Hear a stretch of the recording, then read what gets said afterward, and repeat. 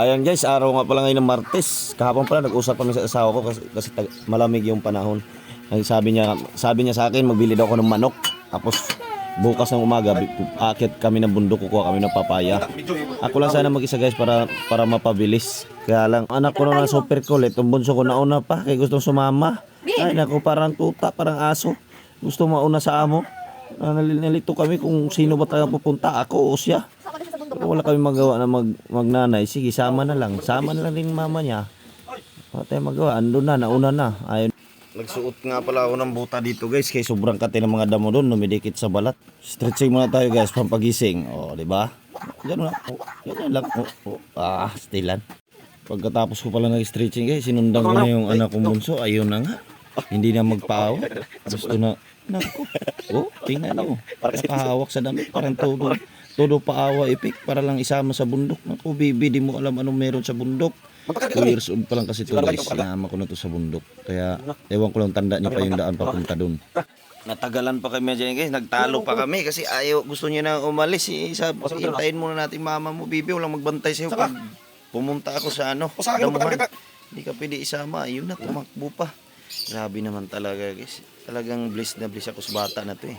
Hindi lang makulit, matalino pa. Tingnan mo yung utak niya. Alam niya na pag nahawakan ko siya, dalhin ko sa bahay, doon ko sa iwanan sa bahay.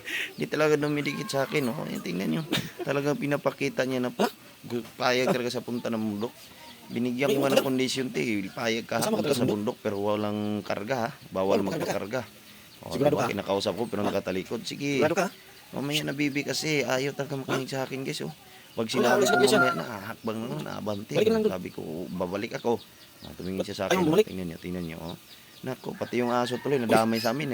Nalito tuloy yung aso kung sinusundin siya o ako. Tingnan yung aso. Pinili niya lang, sino ba talagang boss dito?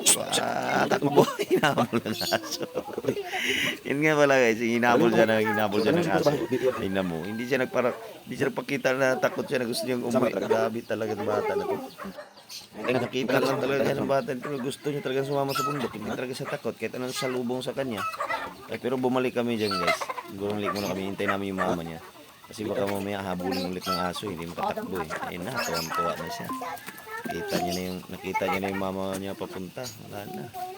Happenings na ang naramdaman ng bibi. Ang ingay niya pa dito kasi may skibidi toilet daw. Sige, hakbang. Sige, hakbang.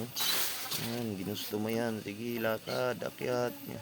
Grabe naman talaga itong bata na ito. Habang naglakad kami dito, puro kwentuhan lang alam. Kasing kwento. Pero pagka ganyan, mga ganyan, ako pagod na yan. Kaya lang may isang salita din talaga itong bata ito. Nung sinabi ko na bawal pakarga, sabi niya, hindi daw siya pakarga. Hindi talaga. Hindi talaga nagpakarga. Pero pag sinabi niya, pag hindi yan umuo sa usapan namin na walang karga. Wala na, kanina pa nagpakarga yan. Kanina talagang gusto niya ipakita na kaya niyang mamundong. Kasi sinabi niya sa akin, no magkarga, hindi ako pakarga. Tingnan niyo. Sus, napuntan pa namin yung ebidensya guys. Yung saging namin sa bundok, hinakaw na naman. Nag-iwan pa ng ebidensya. Wala naman, bakit ang dami kasing aligid dito sa mga sa bundok eh. Kaya nga dapat pag nagtanim ka ng gulay dito, pabayaan mo na matabunan ng damo. Tingnan niyo guys, pakainit ako ng... Anong gawin ko dyan?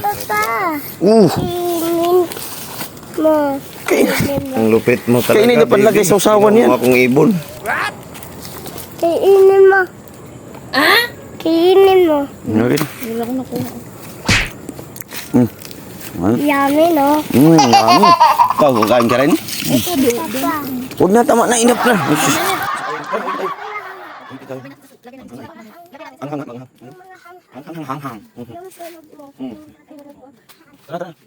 Parang gusto niya pa yata kasi paubos sa akin yung sili. Grabe naman talaga kakulitan yan.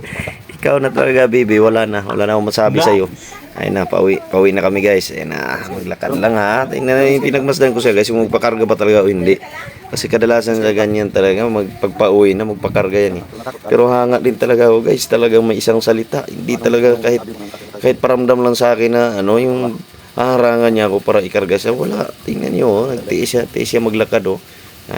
Ting, ilakad. Yan yung batang makulit na may isang salita. Pinagmanahan talaga bibi oh. Galing na, parang nakita na siya liwanag dyan. Nasa kami, pababa na kami bahay. Tinanong ko pa nga siya kung ulit pa siya eh. Ulit pa daw eh. Hanggang dito na lang guys. Kung nagustuhan niyo yung video namin ng anak ko guys, palike and share na lang guys. Para makatulong na rin kayo sa mga viewers ko. Maraming salamat sa inyo. God bless. Salamat sa support.